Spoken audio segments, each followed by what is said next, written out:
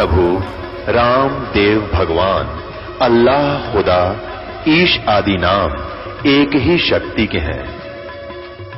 वो कैसा है, कहां है, कैसे मिलता है, किसने देखा है? ये प्रश्नवाचक चिन्ह पूर्ण रूप से हटाने के लिए अवश्य सुनिए जगत गुरु तत्वदर्शी संत रामपाल जी महाराज के अमृत वचन, सर्व पवित्र धर्मों के पवित्र शास्त्रों के आधार पर। परमात्मा हमें याद दिलाते हैं कि यह संसारिक जो सुख हैं ये भक्तों के काम के नहीं होते। जैसे हम त्योहार मनाते हैं, इनका क्या औचित्य है? इसे गंदे लोक में हम खुशी मनावें या तो अपना टाइम पास करना चाहिए। जैसे एक भक्त मिला, उन्हें दीक्षा ली, उनको जब ये नियम बताए गए ऐसे ऐसे नहीं करना, उसने बताया जी 10 वर्ष हो गए हमने त्योहार नहीं मना लिया। कोई ऐसी दुर्घटना घटती है कोई घर में चाचे ताऊआ के या रिश्तेदारी में बहन मामा बुआ के कि हमने 10 वर्ष हो गए कोई त्योहार नहीं मना लिया, तो फिर कहाँ गए वो त्योहार? अब जैसे साधु संत इनसे पहले ही बचकर चलते हैं। एक विवाह हुआ एक लड़के का, पहले दिन तो डीजे बजा रहे हैं, सारे नाच कूद रहे हैं, सब बहन भी बेटियां भी कंजरियां की तरह गली में नाचे। ये कोई जीवन है? ये कौन सी सभ्यता ग्रहण कर ली हमने? प्रथम तो भक्तों का वैसे ही ये काम की नहीं, और आम समाज ने भी ना करनी चाहिए। जो भक्ति से दूर है, बहन बेटियां भी सड़े आम उसमें सड़क पर नाचे, और वो बूढ़े लोग आप भी गेला डूंगे मारे। ये कोई बात हुई? कहाँ गई बुद्धि? मती मारी गई सबकी, अध्यात्म ज्ञान से दूर हो गए। पश्चिमी सभ्यता को हम इन मीडिया के माध्यम से बुराई को ग्रहण करते जा रहे हैं, इसको दूर करना है। ये भक्तां के काम की नहीं, बाकी चाहे कोई कुछ भी करो, बस उनको भी यही प्रार्थना है कि अब बुराई कतिकरण की नहीं है। अगले दिन वो दूल्हा जा रहा था विवाह के लिए, वो दूल्हे वाली कार टकरा गई जिसमें 7-8 व्यक्ति बैठे थे। एक कंटेनर से जा टकराई, 7-8 मर गए। पहले दिन तो नाचे थे, अगले दिन टक्कर मार रहे हैं। बाल पाड़ रही मैं बहन बेटियां जो पहले दिन नाचे थी। अपनी आत्माओं, इसे गंदे लोक में हम क्या कर रहे हैं? करना क्या चाहिए था? आदरणीय नानक साहिब जी के पास भक्त गए, जैसे आम व्यक्ति जाता है, देखते हैं। उनसे कहा कि भगवान आप बड़े मायूस रहते हैं, आपके चेहरे पर कोई खुशी नहीं नजर आती, क्या कारण है इसका?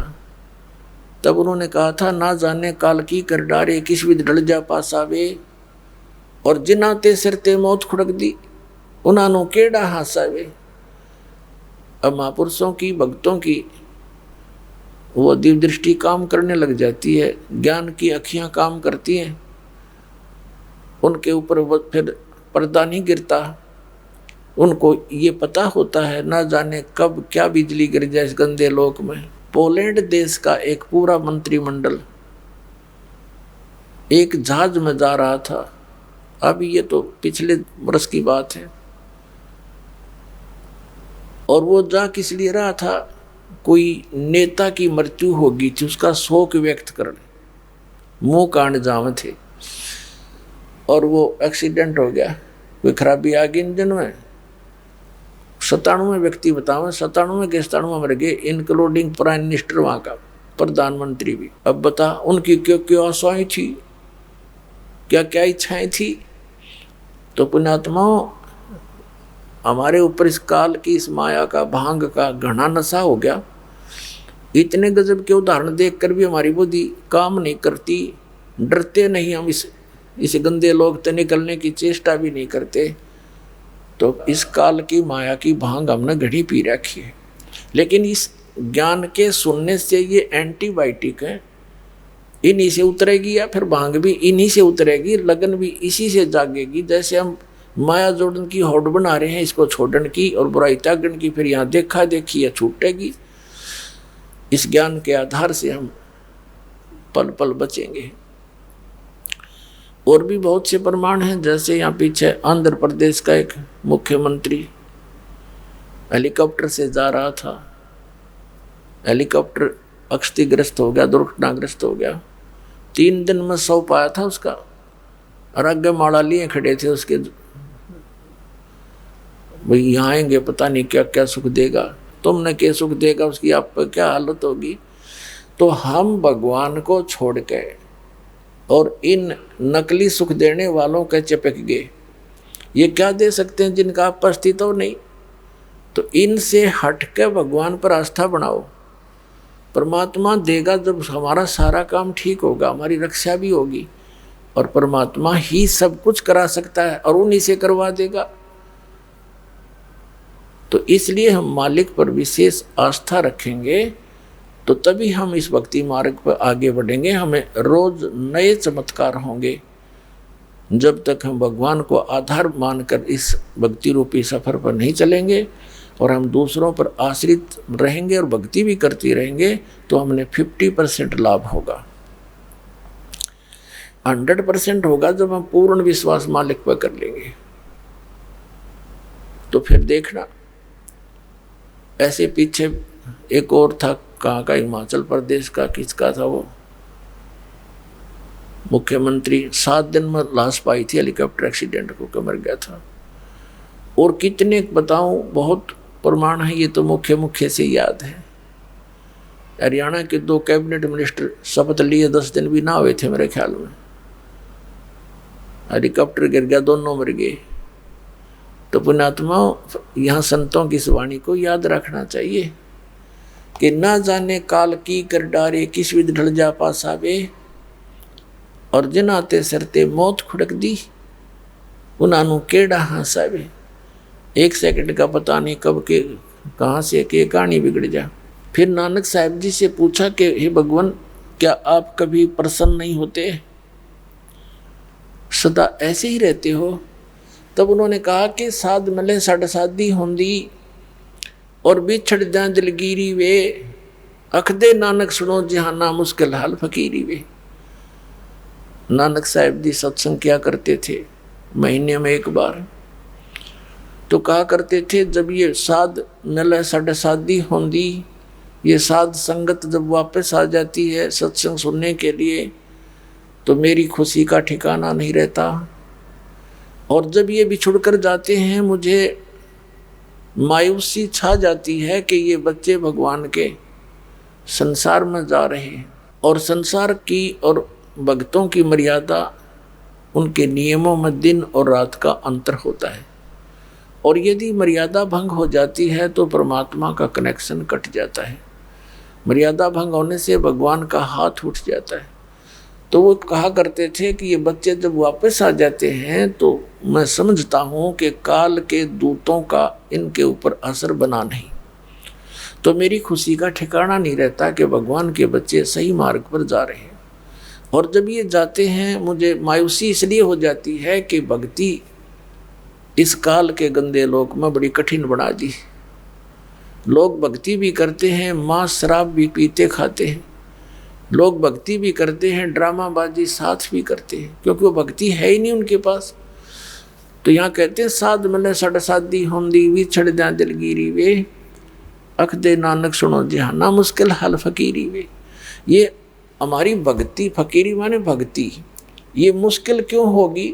क्योंकि हमारी परंपराएं जो भक्ति बाधक वो घनी फैला ली हमने। उन परंपराओं को कम करना है, बिल्कुल सिंपल वे माना पड़ेगा हमने, जब हम सफल हो पाएंगे।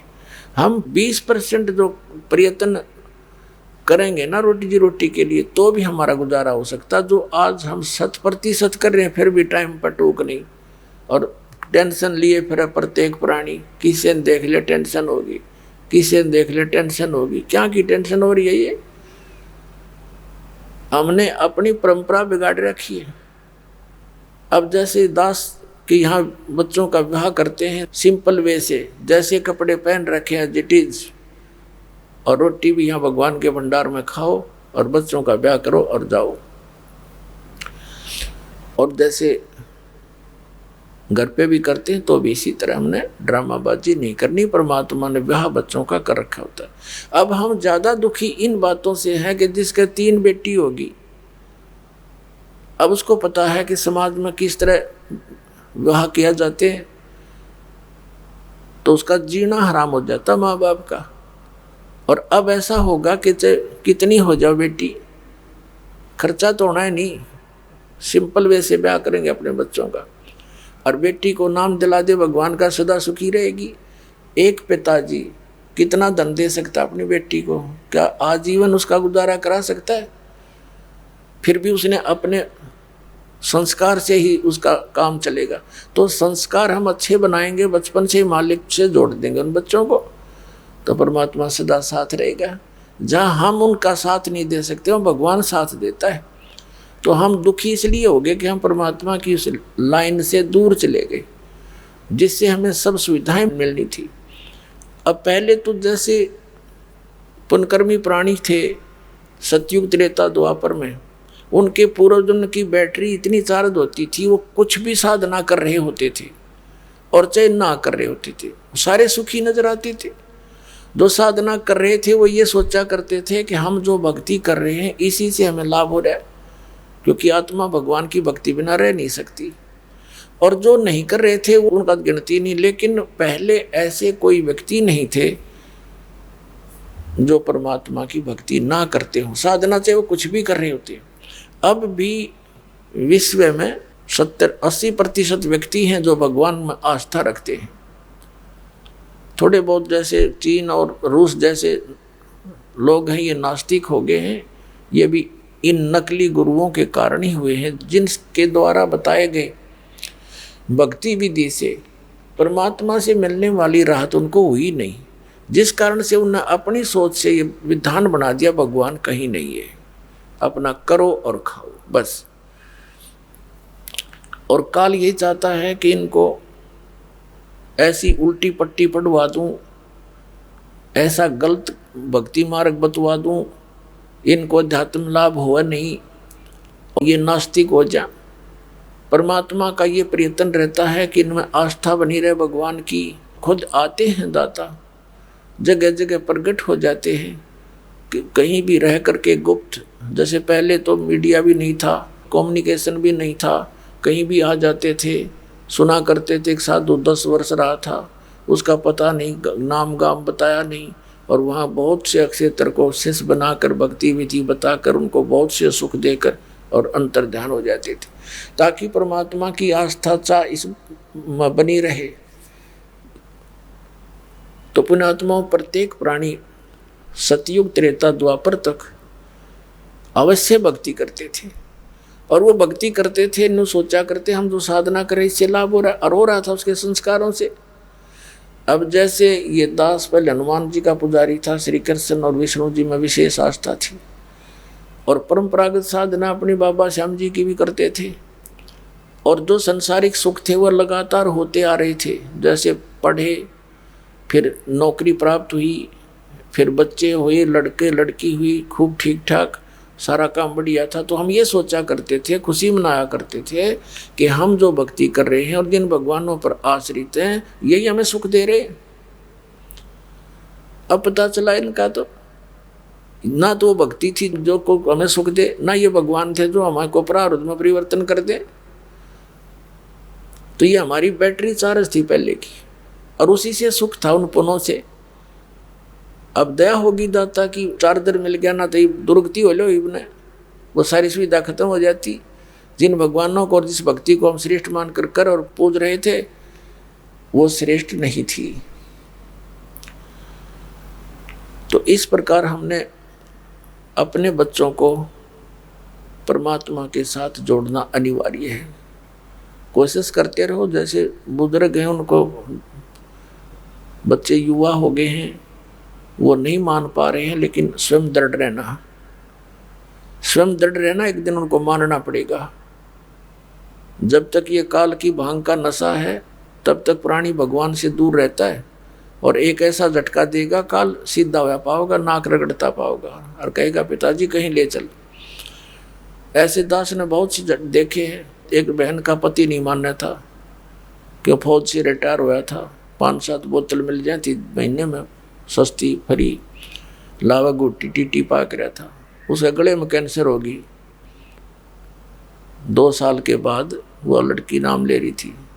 अब सारा धक्के खा लिए। फिर ने बोला कि इतने ले चाली। मैंने ना गाली दिया करता दारू पी के, अकेले रहे, मैं हूँ तेरा भगवान है। गुरु किसने भगवान बना दिया? गुरु को क्या जरूरत पड़ेगी, मैं हूँ तेरा गुरु। ठीक है, पति पत्नी का नाता अपनी सीमा तक है, गुरु तो एक सेपरेट वस्तु है। तो कहने का भाव ये पुण्यात्मा, परमात्मा से डर जिस प्राणी को नहीं है वो आधा तो उसे दिन मरले है जिस दिन भगवान से नहीं डरता। और फिर काल का झटका आएगा, फिर उसको उठे को नहीं पूरा हो, तो आखिर में फिर आपके साथ आना पड़ेगा। तो इस प्रकार पूरा विश्व अब परमात्मा के चरणों में आएगा, क्योंकि इन भौतिक सुखों से ऊब चुके हैं लोग। हमने देखा एक बार हम गोवा गए हुए थे सत्संग करने के लिए। सत्संग का भी वहीं पर ऐसा स्थान नियुक्त हो गया जो समुद्र के बिल्कुल निकट था। तो हम उधर घूमने गए तो वहाँ दूर देश के आए हुए रिच मैन, धनी व्यक्ति और नंगे लौट रहे समुद्र के किनारे ने कहा यहाँ शांति है। हम शांति ढूंढे माया में, और वो माया छोड़ के शांति ढूंढे और रेत में। देख सारी उल्टी पढ़ाई पढ़ रखी हमने। तो ईब वस्त कति छक लेंगे इस भौतिक गाने गुने सुनकर, टीवी टावी देख कर, मोबाइल तो भी बोर हो लेंगे, क्योंकि जो आत्मा को चाहिए वह वस्तु मिल नहीं रही। और मन की आदत है, एक वस्तु न देखेगा चाहेगा 10 दिन में रिजेक्ट कर देगा, और चाहिए। तो ये तो एक मालिक ने बढ़ुआ बताया है कि इसका तो अंत को नहीं। तो इसकी हर प्रकार से काल की जो डोर को टाइट करने के लिए, इसकी इच्छाओं का नाश करने के लिए तो तत्व ज्ञान की आवश्यकता होती है। जो भक्ति के अंदर सुख है प्राणी को, इस पृथ्वी की किसी वस्तु पर नहीं हो सकता, क्योंकि वो सुख है नहीं, हम सुख मान रहे हैं उनको। कबीर साहब कहते हैं झूठे सुख को सुख कहे ये मान रहा मन मोद, यो सकल चबी ना काल का, कुछ मुख में कुछ गोद। इस झूठे सुख ने सुख मान रहे हो तुम। और इसी में फुल्ले नहीं समाते, 1 सेकंड का भरोसा नहीं कब बिजली गिर जाए। फिर काहे की वस्तु? परमात्मा कहते हैं नंगा आया जगत में और नंगा ही तू जाए, और बीच में ख्वाबी ख्याल है मन माया भरमावे। कति नी वस्त्र आया था, नी वस्त्र ले जाएंगे, फूक आऊंगे जाकर, जब जाएगा यहाँ से तुझे कोई कपड़ा साथ नहीं चले तेरे। और बीच में ये थोड़ा सा ये बकवाद थी कर गया तो, और इस दौरान करना चाहिए था परमात्मा की भक्ति दान धर्म, उसके अभाव से जीवन नष्ट कर दिया। अब यहाँ परमात्मा कहते हैं यहाँ सुख नाम की चीज नहीं है। हमने इस दुख को ही सुख मान लिया। कैसे मान लिया? जैसे एक व्यक्ति के 3 पुत्र थे, एक की मृत्यु होगी, 2 शेष थे। वो बुरी तरह रो रहा था, हाहाकार मच रहा। तो सांत्वना व्यक्त करने के लिए, शोक व्यक्त करने के लिए आ रहे थे मित्र प्यारे। उनमें से एक व्यक्ति ऐसा आया जिसका एक ही पुत्र था, उसी की मृत्यु हो चुकी थी 2 वर्ष पहले। अब वहां बैठ गया आके, तो फिर सांत्वना देने वालों ने उसको कहा कि देखो भाई, ये तो यहाँ सभी के साथ बीत रही है, यहाँ का तो विधान है, अब कुछ बनने वाला है नहीं, क्यों अपनी आंखें खराब कर रहा है? देखिए इसका इकलौता पुत्र था और वो भी चला गया। उसको फिर राहत होगी, यूं सोची हे भगवान चोखा, मेरे 2 तो बच गए, इस बेचारे का एक ही था, वही मर गया। अब उसने इससे संतुष्टि हुई, सुख हो गया। अब वो खाक सुख हो गया कि बेटा आ गया वापस।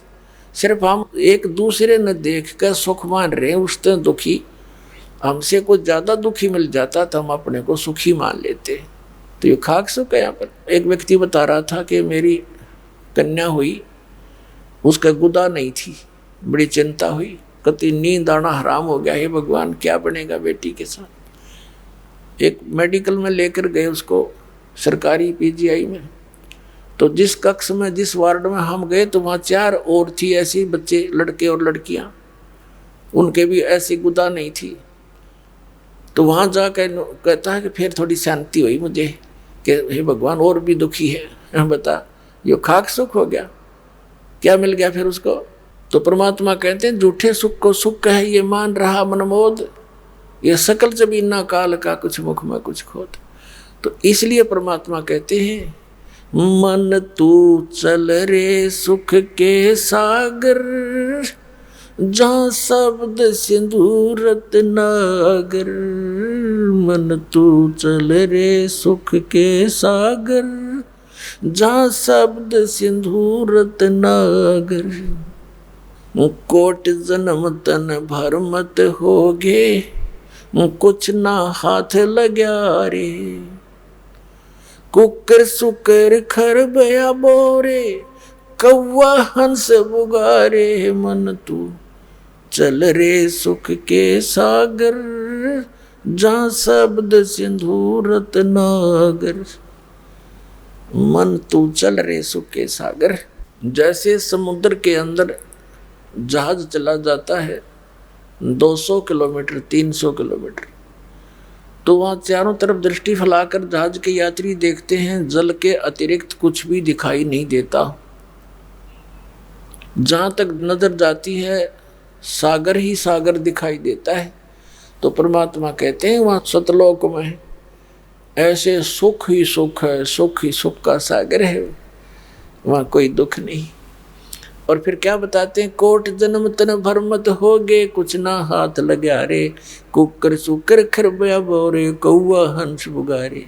कोटि जन्म तू राजा की न मिटी न मन की आशा, भिक्षुक होके दर दर घूम्या ये मिला न निर्गुण रासा। असंग जन्म तन मरत्या होगे, जीवित क्यों ना मरे रे। द्वादश मध्य मैल मठ बोरे, बहुर न दे धरे रे। दोजक भिष्ट सभी ते देखे, राजपाट के रसिया। तीन लोक से तरपत नाही, ये मन भोगी खसिया। सतगुर मिले तो इच्छा मिटे, पद मिल पदे समाना। चल हंसा उस लोक पुठाऊं, जो आदि अमर अस्थाना। चार मुक्ति जहाँ चंपी करती, माया होरी दासी। दास गरीब अभय पद पर से, वो मिले राम अविनाशी। अब क्या बताते हैं, मन तू चल रे सुख के सागर, जहाँ शब्द सिंधु रत्नागर। कहते हैं कोट जन्म तन भर मत होगे और कुछ नहीं हाथ लग्या रे।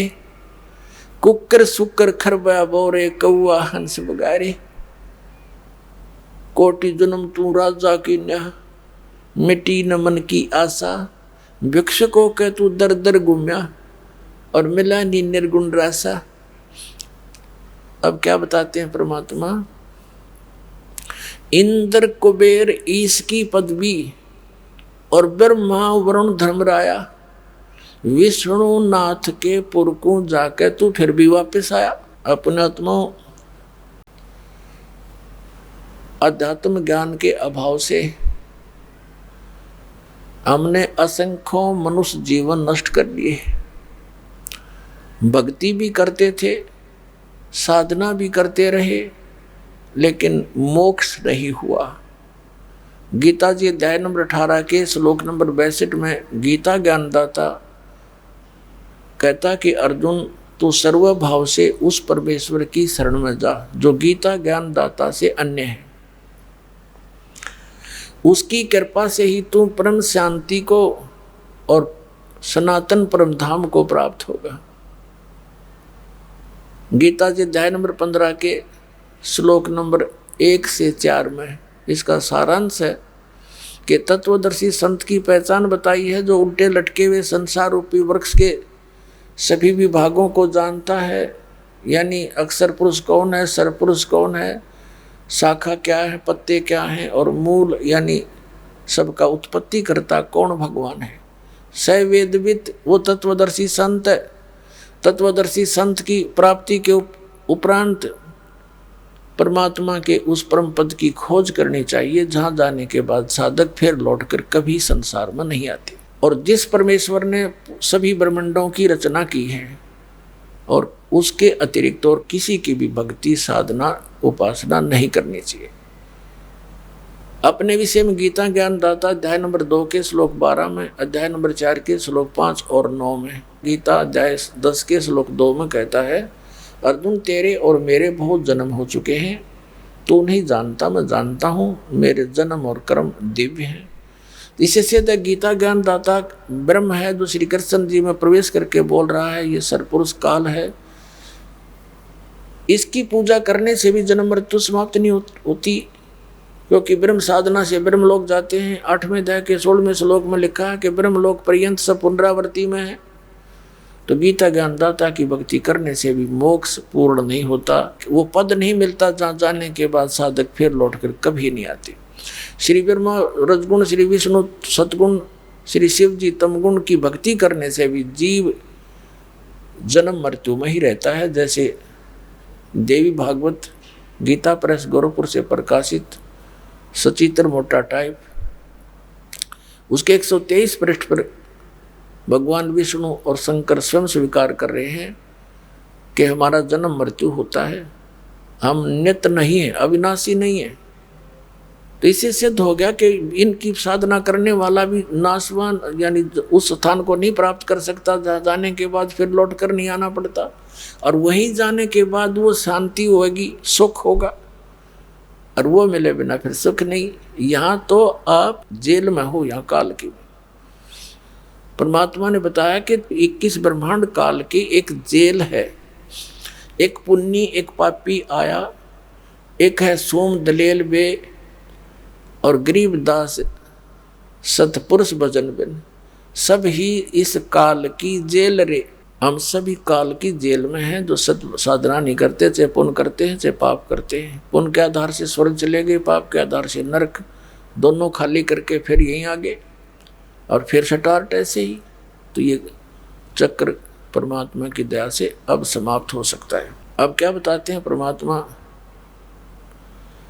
कि कोटि जन्म तन भरमत हो गए, कुछ नहीं हाथ लगा रे। जैसे अभी कथा सुनाई आपको, एक मुख्यमंत्री, उसने अपने जीवन की बहुत बड़ी उपलब्धि समझी होगी मुख्यमंत्री बन जाना। अब मुख्यमंत्री भी उसके पिछले पुण्य थे, पिछली बैटरी चार्ज थी, उसी से वो बना। आगे अपने कल्याण के लिए तो सोचा ही नहीं, ऐसा हवा मुड़ जाता ये मन, और 1 मिनट में मृत्यु होगी।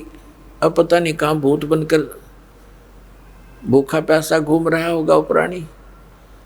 तो पुण्यात्माओं, परमात्मा के सभी बच्चे हैं, चाहे कोई आज अपने पुण्य से प्रधानमंत्री बन रहा है, चाहे पुण्य से वो मुख्यमंत्री बना है, चाहे गरीब है अमीर है, चाहे किसी भी पोस्ट पद को प्राप्त है, वो भगवान भूल गया, सबसे बड़ी गलती है उसकी। और दास का उद्देश्य है कि इन प्रमाणों को याद दिलाकर, ये इंजेक्शन लगा कर एंटीबायोटिक इसको सचेत कर दूं प्रत्येक प्राणी को जो भगवान की आत्मा काल के द्वारा भ्रमित है, अपना अनमोल जीवन नष्ट कर रहे हैं, ये फिर से सुधर जाए, पेट का गुजारा भी करते रहे। इसमें एक सब्जेक्ट और जोड़ देना चाहिए, भक्ति वाला, और वो भक्ति हो शास्त्र अनुकूल। वो विश्व में किसी के पास है नहीं, इस दास के पास है। तो इतना आसान है, भक्ति भी करते रहे, अपना काम भी करते रहो, लेकिन मर्यादा में रहना पड़ेगा। मोक्ष होया पड़ा फिर दिखता को नहीं। रास्ता ना मिलने से आदमी भटकता रहता है, रास्ता मिला और सीधा चला, लूला लंगड़ा भी पहुंच जाएगा, 2 दिन पीछे पहुंच जाएगा। रास्ता ठीक नहीं मिल रहा, हमारे को मिसगाइड कर रखा, कोई इधर भरमा दिया, कोई इधर भरमा दिया, तो दिशा भ्रष्ट कर दिया हम सबको। परमात्मा के उस अध्यात्म ज्ञान के आधार से अब सबको दिशा ठीक देना चाहता है दास। अब परमात्मा बताते हैं कि कोटि जन्म तन भरमत हो गए, कुछ नहीं हाथ लगा रे। जैसे आदरणीय नानक साहिब जी के पूर्व जन्मों की कथा बताई है। सतयुग में ये पुण्यात्मा राजा अम्बरीश थे, और इतने धार्मिक व्यक्ति थे, ऐसे धार्मिक राजा थे। कहते हैं इनके राज्य में जितना इसका क्षेत्र था, बकरी और शेर एक ही घाट पर पानी पीते थे। यानी उसकी भक्ति की कमाई से प्रत्येक प्राणी में अहिंसा खत्म हो गई थी। और एक बार ये जिसने सिद्ध ऋषि मानते थे दुर्वासा जी ने जाके उनके साथ ज्ञान संवाद किया था, और अपने ज्ञान को उनके ऊपर थोपना चाहा था बाई फोर्स।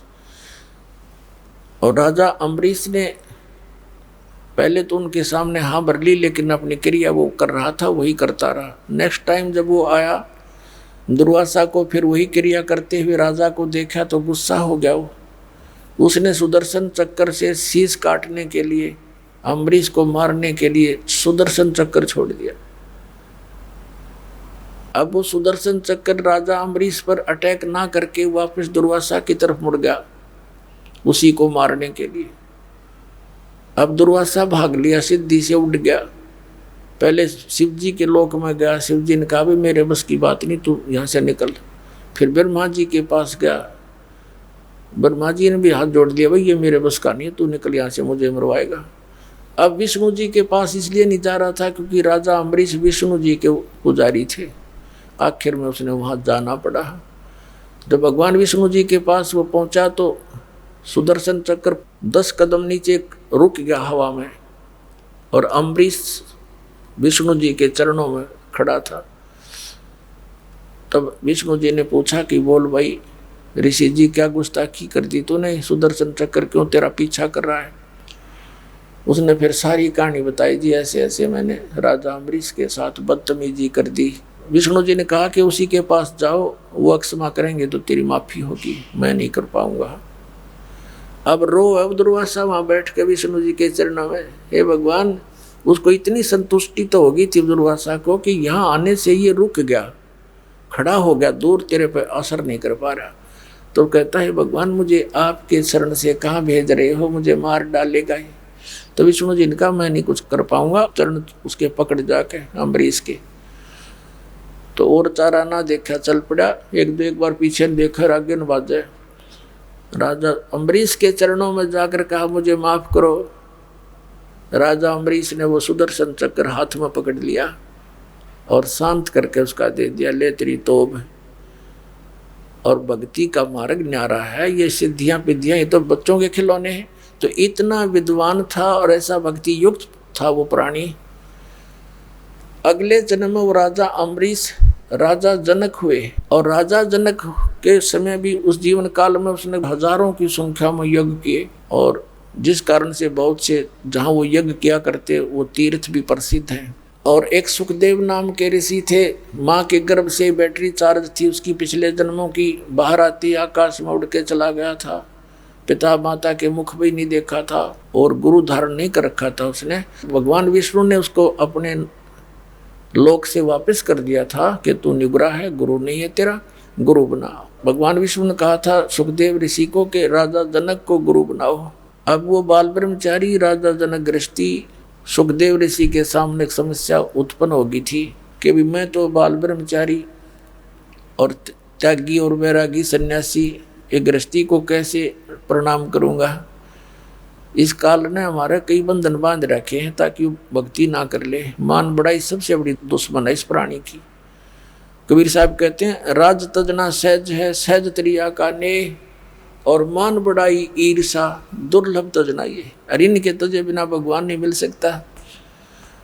कहने का भाव ये है, अंत में उसने राजा जनक से दीक्षा लेनी पड़ी। दास जो आज के सत्संग में जो सिद्ध करना चाहता है कि ऐसी पुण्यात्मा राजा जनक, ऐसा भक्ति युक्त एक सन्यासी ने चरणों में माथा टेका और शेष बनना पड़ा। और फिर वो क्या हुआ, कैसे चलता है ये काल हमारे को। जब पुण्यों से युक्त राजा जनक शरीर छोड़कर विमान में बैठकर जा रहा था, रास्ते में एक नरक था। उस नरक के अंदर 12 करोड़ आत्माएं उसमें अपना दुख भोग रही थी, हाहाकार मचा था। अब संत साधु दयालु होते हैं। राजा जनक ने उन पायलटों से कहा कि विमान रोको, ये रोने की आवाज़ कहाँ से आ रही है, पता करो। तो उन्होंने बताया कि जी यहाँ एक नरक है, इस नरक में अपने पापों का भोग भोग रही हैं सभी आत्माएं। तो राजा जनक ने कहा कि इनको छोड़ दो, इनका दुख मेरे से देखा नहीं जाता। तो पार्षदों ने जो साथ आए हुए थे भगवान के दूत, उन्होंने कहा कि नहीं राजा, यहाँ आपका हुक्म नहीं चलता, यहाँ तो धर्मराज के आदेश से सब कुछ होता है। तो उन्होंने कहा कि धर्मराज से मेरी बात कराओ, अन्यथा मुझे भी यहीं छोड़ दो। ये सारी समस्या धर्मराज के पास फोन किया उन्होंने। धर्मराज ने कहा कि राजन आप आ जाओ, इनका अपना कर्म इनके भोगना ही पड़ता है, तो जैसा कर्म प्राणी करता है उसको भोगना पड़ेगा, आप अपने स्वर्ग में जाओ। राजा जनक ने कहा कि नहीं, या तो इन सबको छोड़ दो, ना मुझे भी इसी में डाल दो, मैं नहीं जा सकता आगे। अब धर्मराज आ गया वहां पर। उसने एक विकल्प रखा कि राजन एक विकल्प है इसका, आप अपने पुण्य इनको दान कर दो, संकल्प कर दो, फिर हम इनको निकाल देंगे इस नरक से। तो राजा जनक ने अपने 50% पुण्य उनके निमित्त कर दिए। अब वहां से वह सभी आत्माएं निकाल दी और स्वर्ग में राजा जनक के साथ भेज दी। अपने आत्माओं, जब तक राजा जनक द्वारा दिए गए पुण्य एवरेज में सबके बांटा आए, वो पुण्य रहेंगे तब तक तो वो रहेंगे स्वर्ग में, और जो पाप उन्होंने भोगने थे वो शेष हैं, वापस फिर वो आकर अपना नरक फिर भोगेंगे। और उधर से राजा जनक 50% का उसका झाड़ा ले लिया, वो खाली कर दिया। अब फिर बाकी का समय अपना स्वर्ग में व्यतीत करके वही पुण्यात्मा नानक जी बने। श्री नानक देव जी सिख धर्म के प्रवर्तक पहले राजा बने, राजा अम्बरीश, राजा जनक, सैकड़ों लाखों नौकर सैनिक उनके नौकर होते थे, और फिर स्वयं पिछले पुण्य अक्षीण हो जाने से वो स्वयं एक सुल्तानपुर के अंदर नवाब के यहाँ स्वयं नौकर लगे हैं। अब देखो परमात्मा की फिर रजा, जो जन मेरी शरण है ताका हूँ मैं दासे, गेल गेल लाग्या फिरूं जब तक धरती आकाश। अब जैसे सतयुग त्रेता द्वापर में ये प्राणी तकरीबन आस्था मालिक में रखते हैं, गणे से दुखी ना होते हैं, और कलयुग में पाछे फिर इनकी सारी पुण्य पिछले तकरीबन समाप्त हो लेते हैं, और जो साधना ये करेंगे उनसे आगे बेनिफिट होना नहीं, क्योंकि वो शास्त्र विरुद्ध है।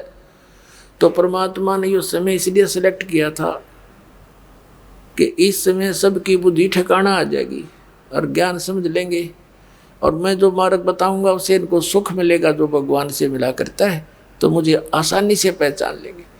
तो नानक साहब जी को परमात्मा आकर स्वयं मिले बेई नदी पर, और सचखंड लेकर गए, वहाँ की सारी व्यवस्था दिखाई, तो वापस छोड़ा। उसी दिन से नौकरी भी त्याग दी। ऐसी लगन लगी उस मालिक की। और फिर ये बता के मैं काशी में आया हुआ, धानक रूप में, जुलाहे रूप में वहाँ रहता हूँ, आ जाना। जब वहाँ जाकर दे काशी में जुलाहे धानक के रूप में क्रिया करते हुए उसी परमात्मा को जिसको सतलोक में देखा था, तब कहा था फाई सूरत मुलुकी वेश ए ठगवाड़ा ठगी देश खरा सियाना बोता भारी, लोगों धानक रूप रहा करता। ये बैठा भगवान, ये बैठा परमात्मा।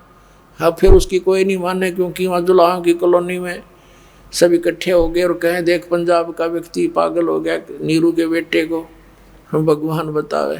फिर परमेश्वर ने कहा कि भक्त अब कोई फायदा नहीं इनको कुछ कहने सुनने का, आप अपनी भक्ति करो। 12 वर्ष तक नानक साहब जी ढिंडोरा पीटते रहे, देश प्रदेश में जा जाकर ऋषि महर्षियों के साथ उन्होंने उनके छक्के छुड़ा दिए ज्ञान के आधार से, लेकिन वो ढीठ माने नहीं और ना जनता को मानने दिया।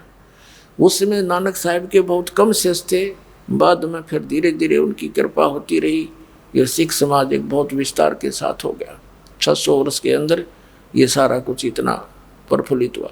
तो परमात्मा अब इसी प्रकार हमें याद दिलाते हैं, कोट जन्म तन भरमत हो गए कुछ नहीं हाथ लगा रे, अब कुकर सुकर खरबा बोरे कौआ हंस बगारे। अब इसी कंसेप्ट को क्लियर करने के लिए पुण्यात्मा आपको एक प्रमाण दिखाते हैं। ये जिस पुण्यात्मा की भांग उतर गई होगी इस ज्ञान के सुनंत है, ये भी इतनी देर का जो सत्संग आपको किया गया है, इस आत्मा के ऊपर चोट लगाई है ताकि होश में आ जाए, थोड़ा इस ज्ञान को सुन ले। और जब तक ये थोड़ी सी नशा नहीं उतरता, इतनी सतर्क नहीं होती, और यहाँ बैठा बैठा भी इधर उधर के तगड़म बगड़म लगाए रहता है, वहाँ नो करना था, वहाँ ऐसे करना था, पता नहीं क्या हो रहा होगा। तो यहाँ इस ज्ञान से वो खत्म होंगे पहले तो, जो मन भ्रमित करता है। अब ये ज्ञान अंदर समाएगा, आपके अंदर जाएगा तो तभी तो ये अपना काम करेगा। अब आपको एक ऐसा इतिहास दिखाते हैं, आपका कलेजा हिल जाएगा। जो साधनाएं तो आप कर ही नहीं रहे हो, जो इन महापुरुषों ने साधनाएं की उसके बाद इनकी ये ब्रह्मटी हुई। और अब कलयुग में तो वो भक्ति भी को नहीं जो वेदों अनुसार होया करती थी। तो आज के जो मार्गदर्शक हैं वो बिल्कुल ज्ञानहीन और भक्तिहीन प्राणी हैं, उनके पास कोई भक्ति नहीं, ना कोई ज्ञान है। तो उनके बताए मार्ग से जो साधना करें, अपना जीवन नाश करें। आपको दिखाते एक महावीर जैन की कथा। ये महावीर जैन जी जो जैनियों का 24 में तीर्थंकर माने जाते हैं, ये कौन थे और जैन धर्म के प्रवर्तक कौन थे? श्री ऋषभदेव जी, वो प्रथम तीर्थंकर हैं। उनको आदिनाथ भी कहते हैं। ऋषभदेव के पोते थे मारीची, भरत के पुत्र राजा थे ऋषभदेव जी। इनको परमात्मा मिले थे स्वयं जाकर के। जैसा वेदों में विधान है कि वो परमात्मा सतलोक से चलकर आता है, अपनी अच्छी आत्माओं को मिलता है, अपने रूप को सरल कर लेता है, क्योंकि वहाँ तो बहुत तेजों में रूप है मालिक का, मनुष्य सदृश है। तो इसी अपने लीला अनुसार ऋषभदेव को मिले थे। ऋषभदेव जी को ज्ञान कराया, सत्संग सुनाया। ऋषभदेव जी प्रेरित हो गए, भगवान के लिए तड़प गए एकदम, क्योंकि पिछले संस्कार प्रबल थे। लेकिन परमात्मा की बात को स्वीकार ना करके अन्य ऋषियों से जो ज्ञान वो परंपरागत सुना करते, उसी के आधार से घर से निकल गए, अपने बच्चों को राज दे करके। और वैसे ही लोकवेद के आधार से 1 वर्ष तक तो वो निराहार रहे, यानी बगैर कुछ खाए पिए। फिर 1000 वर्ष तक तप किया, घोर तप किया। और फिर जब साधना संपूर्ण की तो प्रथम धर्म देशना कहते हैं दीक्षा। तो प्रथम दीक्षा अपने पोते भरत के पुत्र मारीची को दी। और वही मारीची आगे चल के 24 में तीर्थंकर महावीर जैन हुए।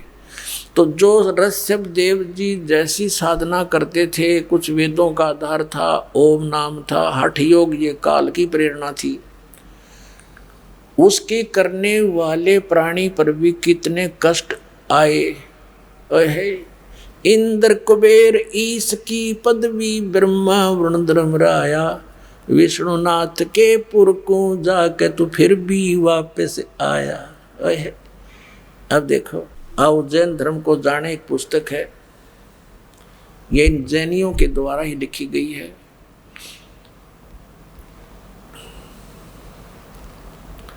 प्रवीण चंद्र जैन M.A. शास्त्री इसके लेखक हैं। आओ जैन धर्म को जाने। ये है लिखेंगे प्रवीण चंद्र जैन M.A. शास्त्री, जम्बूदीप हस्तनापुर।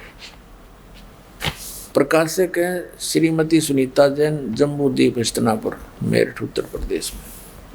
मुद्रिक है ये Dhirendra Jain, new Rishabh offset printers, Meerut. अब इसके हम 293 से शुरू करेंगे। यहाँ 293 पृष्ठ है। ये प्रश्न उत्तर लिखे हुए हैं। श्री महावीर भगवान के अन्य कौन कौन से नाम हैं? उत्तर दिया है अन्य 5 नाम हैं, वीर, अतिवीर, सम्मति, महावीर, वर्धमान। अब हम आगे आ जाएंगे 294 पृष्ठ पे। आओ जैन धर्म को जाने। महावीर भगवान के जीवन का कथन कहाँ से आरंभ होता है? उत्तर पूर्वा नामक भील की पर्याय से, यानी मारीची से पहले ये एक पूर्वा नामक भील था। पूर्वा भील कौन था? उसने क्या किया? पुष्कलावती देश की पुंडरीकीणी नगरी में भीलों का राजा था। उसने सागरसेन मुनिराज से मद मास मधु का त्याग व्रत लिया था, जिसे जीवन पर्यंत पालन किया। श्री महावीर भगवान का जीव पूर्वा भील की पर्याय से कहा गया। पूर्वा नामक भील के जीवन को पूरा करके कहा गया, पहले 100 धर्म स्वर्ग में एक सागर की आयु वाला देव हुआ। 100 धर्म स्वर्ग में चला गया, वहाँ देव हुआ। फिर पहले स्वर्ग के बाद श्री महावीर भगवान का जीव किस पर्याय में गया? भरत चक्रवर्ती की रानी अनंतमती से मारीची नामक ज्येष्ठ पुत्र हुआ। अब देखो, ये मारीची भरत का पुत्र, राजा ऋषभदेव का पोता। तो आपको थोड़ा इतिहास और दिखाना पड़ेगा। ये एक पुस्तक है, जैन संस्कृति कोश, जैन इतिहास संस्कृति कला एवं पुरातन, प्रथम खंड।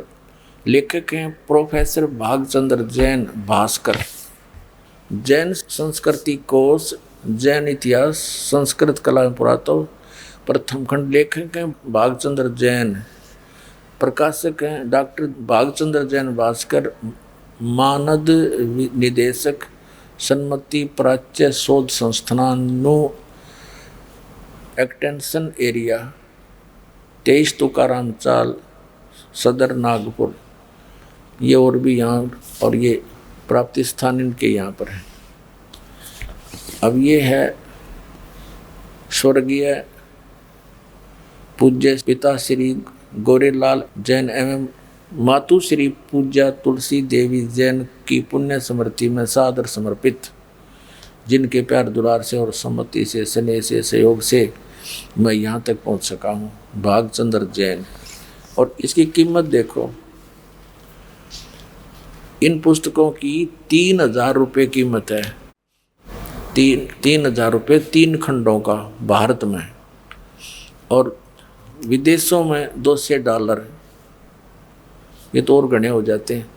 अब भारत में 3 है ये पुस्तक, ये सबसे मोटी है जो मैं आपको दिखा रहा हूँ। ऐसी ऐसी और भी हैं, ये एक और है ऐसी, ये जैन संस्कृति को द्वितीय भाग, एक और है तीसरा।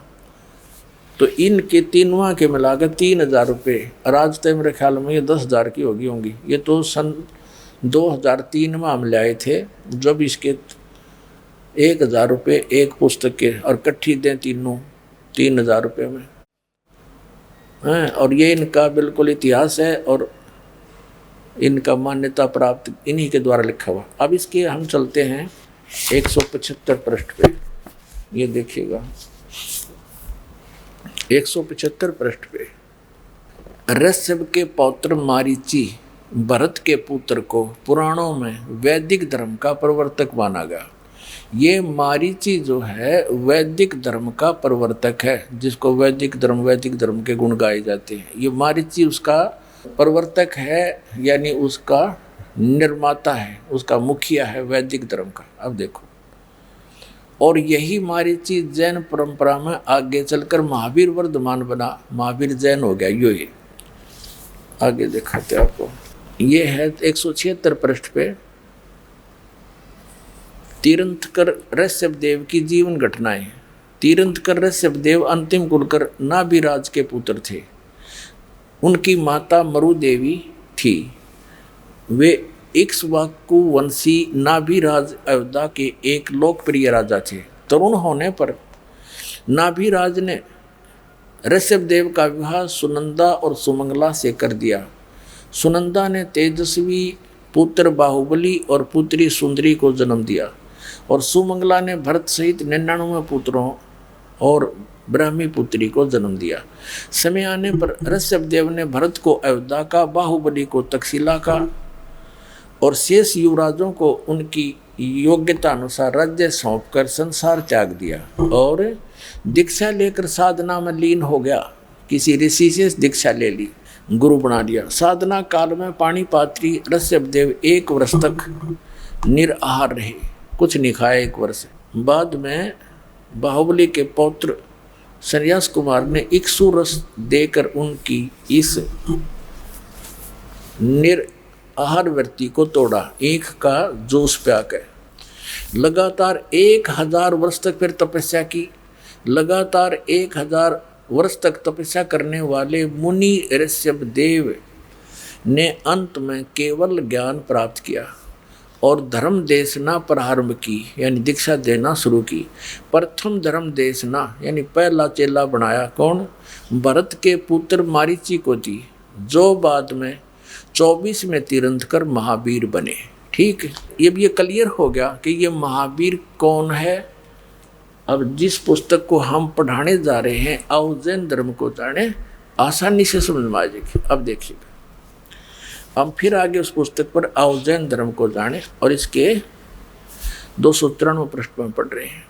यहाँ आगे थे कि पहले स्वर्ग के बाद श्री महावीर भगवान का जीव किस पर्याय को प्राप्त हुआ, यानी इस पुरूरा नामक भील की जीवन के बाद फिर ये स्वर्ग में गया। स्वर्ग के बाद फिर भरत चक्रवर्ती की रानी अंतमती से मारीची नामक ज्येष्ठ पुत्र हुआ, मारीची नाम हुआ।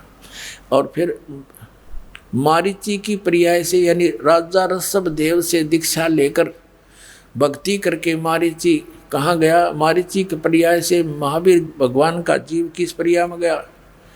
ब्रह्म स्वर्ग में देव हुआ। ब्रह्म स्वर्ग कौन सा है? ब्रह्मलोक में देव हुआ, क्योंकि ओम नाम का जाप करते थे और ओम नाम ब्रह्म की साधना है, उससे ब्रह्मलोक प्राप्ति होती है। तो इसमें स्पष्ट किया कि वो ब्रह्मलोक में गया, ब्रह्म स्वर्ग में। अब देखो, ब्रह्म स्वर्ग से श्री महावीर भगवान का जीव किस पर्याय में गया? अयोध्या नगरी में कपिल ब्राह्मण की काली स्त्री से जटिल नामक पुत्र हुआ। फिर जटिल की पर्याय से कहा गया 100 धर्म स्वर्ग में एक सागर की आयु वाला देव हुआ।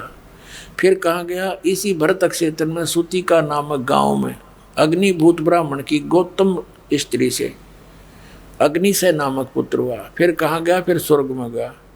फिर स्वर्ग से कहा गया भरत क्षेत्र के मंदिर नामक गांव में गौतम ब्राह्मण की कौश की पत्नी से अग्निमित्र नाम का पुत्र हुआ। फिर कहा गया महेंद्र स्वर्ग में चला गया। महेंद्र स्वर्ग से महावीर भगवान का जीव कहा गया। अब 295 पढ़ रहे हैं। मंदिर नगर में सालकाय ब्राह्मण की पत्नी से भारद्वाज नामक पुत्र हुआ। भारद्वाज के शरीर को छोड़कर कहा गया महेंद्र स्वर्ग में देव हुआ। फिर वहां से महेंद्र स्वर्ग से कहा गया इतर निगोद में एक सागर की आयु वाला नगोदिया जीव हुआ। नगोद से निकलकर महावीर भगवान का जीव कहाँ गया? अनेक को भाव धारण किए इस प्रकार है। ओए होए हे भगवान, अब कलेजा मुँह का होगा पुण्यात्मा जो थोड़ा सा भक्ति मार्ग पर लगा हुआ, इन साधना करते करते ये बिरान मैटी, फिर क्या फायदा इस भक्ति का? कोट जन्म तना बर्मत हो गए, कुछ नहीं हाथ लगा रे, कुकर शुक्र खरबा बोरे कौआ हंस। अब देखो क्या हालत है। अनेकों भाव धारण किए, उसके बाद अनेकों जीवन धारण किए। 1000 आक वृक्ष के भाव शरीर, 80,000 बार सीप के जीवन भाव, 20,000 बार नीम वृक्ष के भाव, 90,000 बार केली वृक्ष के भाव और 3,000 बार चंदन वृक्ष के भाव, 5 करोड़ बार कनेर वृक्ष के भाव, 60,000 बार वैश्या के शरीर जीवन और 5 करोड़ बार शिकारी, ओह 20 करोड़ बार हाथी और 60 करोड़ बार गधा, गधे के भाव। अपने आत्माओं ये इतिहास उन्हीं का लिखा हुआ दिखा रहा दास, जिससे आपको दृढ़ होगा विश्वास कि सच्चाई ये जो कि तुम है जो भगवान ने बताई थी कि जो साधना तुम कर रहे हो उससे ये दुर्गति तुम्हारी सदा बनी रहेगी। और जो साधना हम बताएंगे, जो परमात्मा ने बताई है, उससे ये सब झंझट मिटेगा।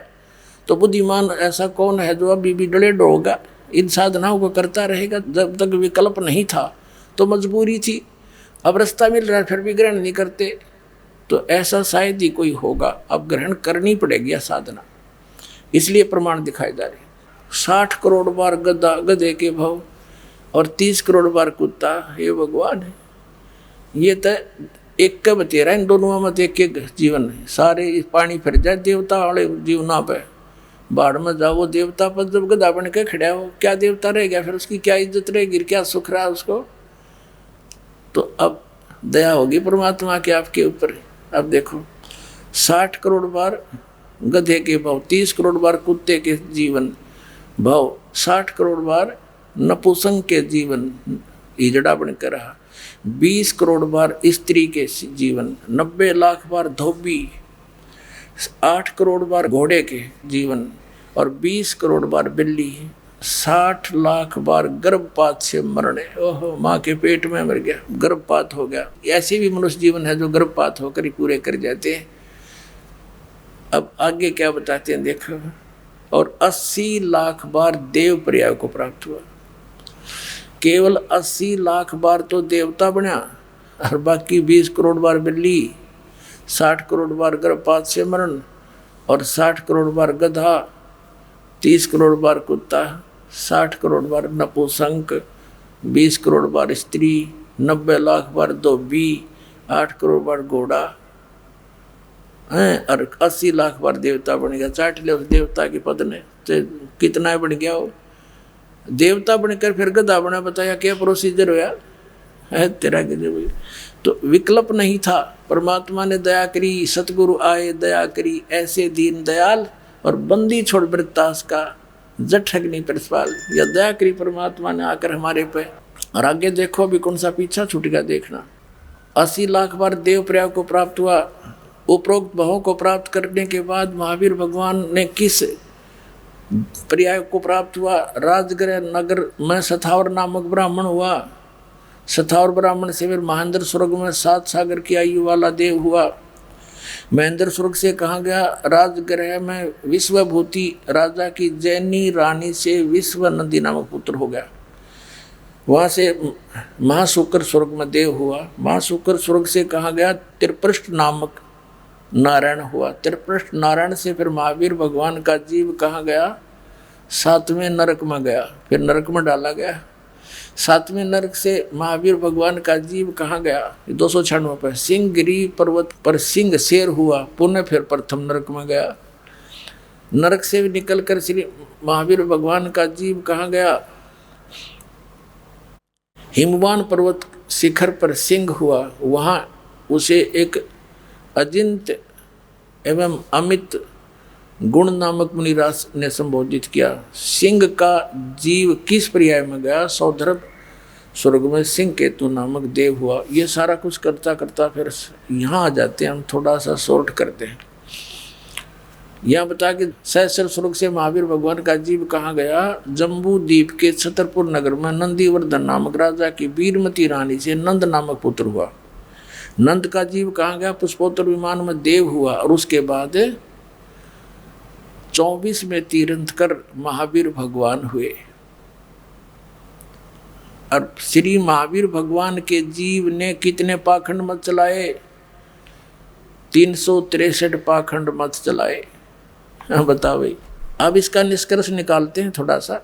राजा ऋषभ देव जी से दीक्षा लेकर के मारीची ने साधनाएं की। वो वेदों अनुसार साधना है और ब्रह्म तक की साधना है। ब्रह्म और परब्रह्म और ब्रह्मा विष्णु महेश अन्य इन तक की जो पूजाएं हैं, उनसे जैसा कर्म प्राणी करता है दोनों भोगने पड़ते हैं, उसमें कोई परिवर्तन नहीं हो सकता।